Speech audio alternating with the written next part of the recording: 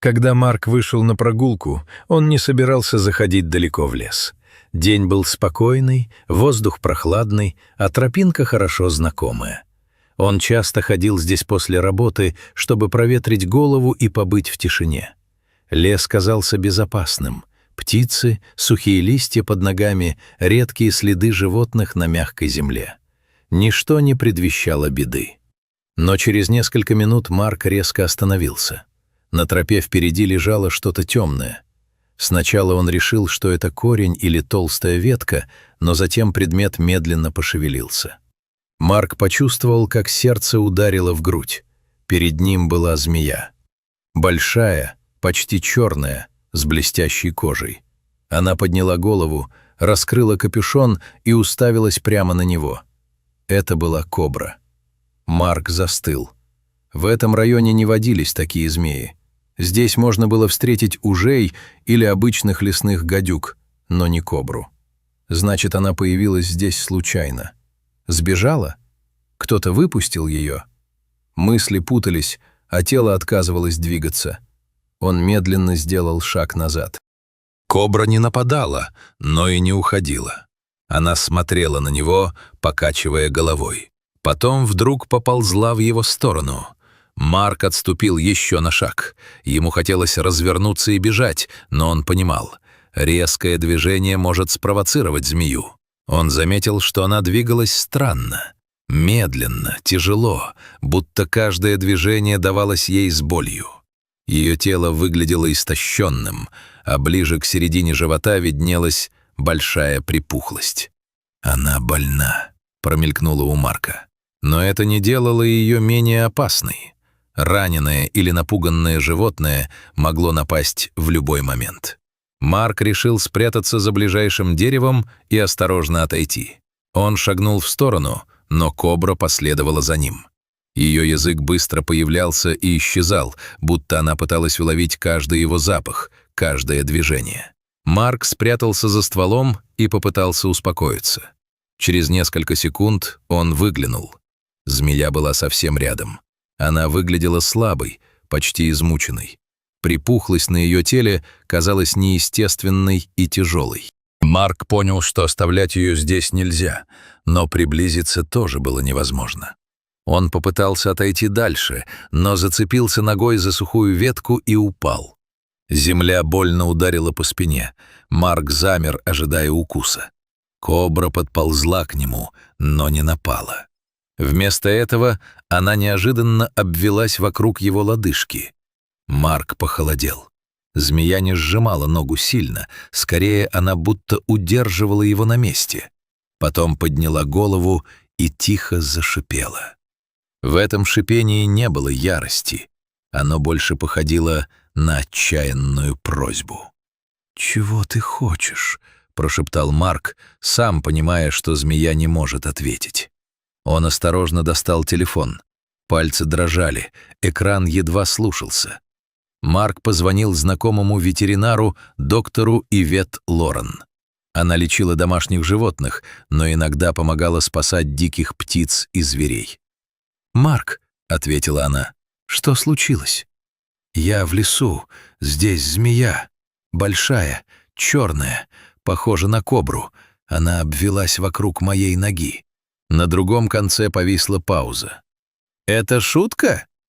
«Нет, у нее огромная шишка на животе. Она еле двигается».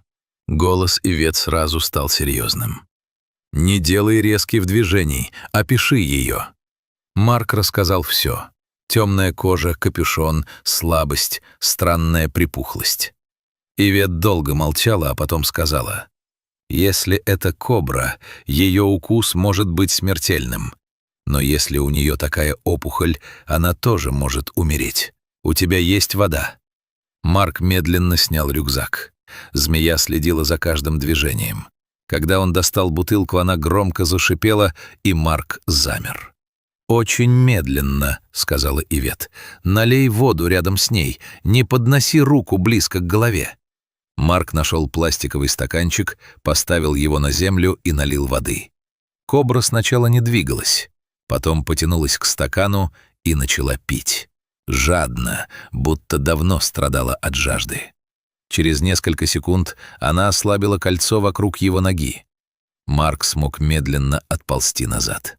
«Я выезжаю», — сказала Ивет. «Но ты далеко. Мне нужно оборудование и помощь службы контроля животных. Не пытайся ее ловить». «Она может не дождаться», — тихо ответил Марк. В этот момент кобра вдруг поползла прочь с тропы. Она двигалась медленно, но уверенно, будто знала, куда идет. Марк не мог просто оставить ее. Если он потеряет змею из виду, специалисты могут ее не найти. Он пошел следом, держась на расстоянии. Кобра привела его к старому поваленному дереву. Под вывороченными корнями была темная ниша, устланная сухой травой и листьями. Змея заползла туда и свернулась кольцами. Когда Марк попытался подойти ближе, она резко подняла голову и раскрыла капюшон. Теперь он понял, она что-то охраняла. Марк снова позвонил Ивет. Ветеринар уже была в пути и сообщила, что вызвала полицию. Опасную змею нельзя было оставлять без оцепления, особенно так близко к городу. Через некоторое время вдалеке послышались сирены. Между деревьями появились полицейские и сотрудники службы контроля животных. Первым к Марку подошел офицер Дэвид. «Вы Марк? Отойдите от гнезда, мы оцепляем территорию». «Она больна», — сказал Марк. «Ее нельзя пугать, она что-то защищает. Именно поэтому вам нельзя здесь оставаться».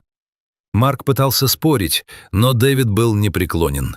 Для полиции главным было обезопасить людей.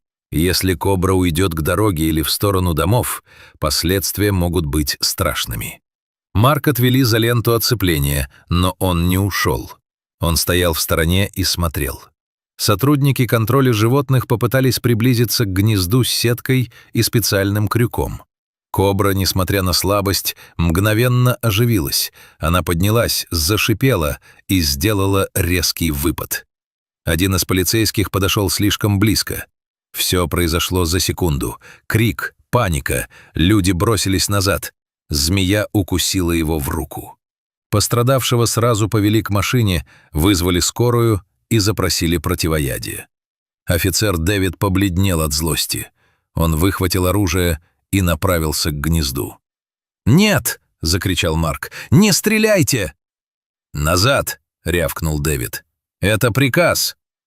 В этот момент из-за деревьев выбежала Ивет с большим кейсом в руках. «Опустите оружие!» — крикнула она.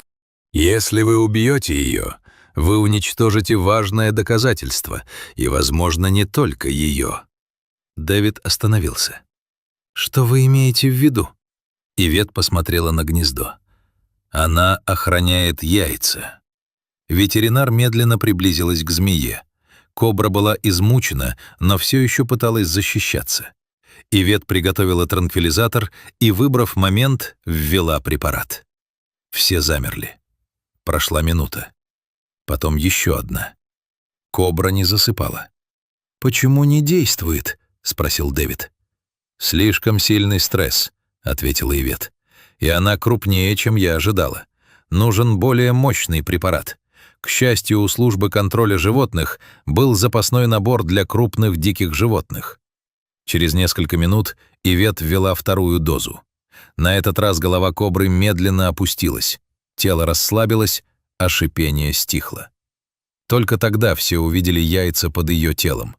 Ивет осмотрела змею и нахмурилась. Припухлость была огромной. Похоже, внутри что-то застряло и вызывало сильное воспаление. Оперировать в лесу было невозможно. «Ее нужно срочно в клинику», — сказала Ивет. «И яйца тоже. Держите их в тепле». Марк помогал переносить контейнеры. Змею аккуратно поместили в специальный отсек машины службы контроля животных, а яйца завернули в мягкую ткань и термопокрывало. Полицейские расчистили дорогу, и колонна машин направилась в город. До клиники добрались почти через час. Как раз в тот момент, когда змею собирались переносить внутрь, она начала приходить в себя. В машине раздался тяжелый шорох. Все отступили. Ивет быстро принесла новую дозу успокоительного, и кобру удалось безопасно перенести в операционную. Марк остался у окна. Его не пустили внутрь, но он видел, как Ивет и ассистенты работают над огромной змеей. Операция длилась долго. Сначала ветеринар извлекла застрявшее яйцо, из-за которого и образовалась страшная припухлость. Оно не смогло выйти естественным образом и едва не погубило змею. Но затем ассистент заметил под кожей еще один твердый предмет. Ивет осторожно сделала надрез и извлекла маленькое устройство. Один из полицейских, стоявших рядом, сразу понял, что это такое. «Трекер», — сказал он, — «устройство слежения». Все стало ясно. Змея не заблудилась сама. Ее кто-то привез, держал в неволе и, вероятно, перевозил для продажи. Трекер передали следователям. Уже к вечеру данное устройство вывели полицию к заброшенному складу в районе прибрежных доков. Там нашли клетки, документы и следы незаконной торговли редкими животными. Нескольких человек задержали. Один из них признался. Беременная кобра сбежала во время перевозки. Ее собирались продать частному коллекционеру, и никого не волновало, что животное больно и может погибнуть. На следующий день Марк узнал, что укушенный полицейский выжил. Противоядие успели ввести вовремя. Сама кобра тоже пошла на поправку. После операции она была слабой, почти не двигалась, но постепенно начала пить, реагировать на свет и поднимать голову. Яйца перенесли в инкубатор, где для них создали безопасные условия. Через несколько недель кобру отправили в зоологический парк. Выпускать ее в местный лес было нельзя, она не принадлежала этой среде и нуждалась в наблюдении. Но теперь у нее было теплое укрытие, чистая вода и специалисты рядом. Марк часто приходил в парк. Он стоял у стекла террариума и смотрел на темную кобру, которая спокойно лежала под лампой. Иногда она поднимала голову, и Марку казалось, будто она узнает его. А однажды Ивет показала ему маленьких змей, вылупившихся из спасенных яиц. Марк долго смотрел на них молча. Он понимал, в тот день он мог просто убежать, мог позвать помощь и уйти. Но он остался. И именно это спасло не одну жизнь, а целое маленькое будущее.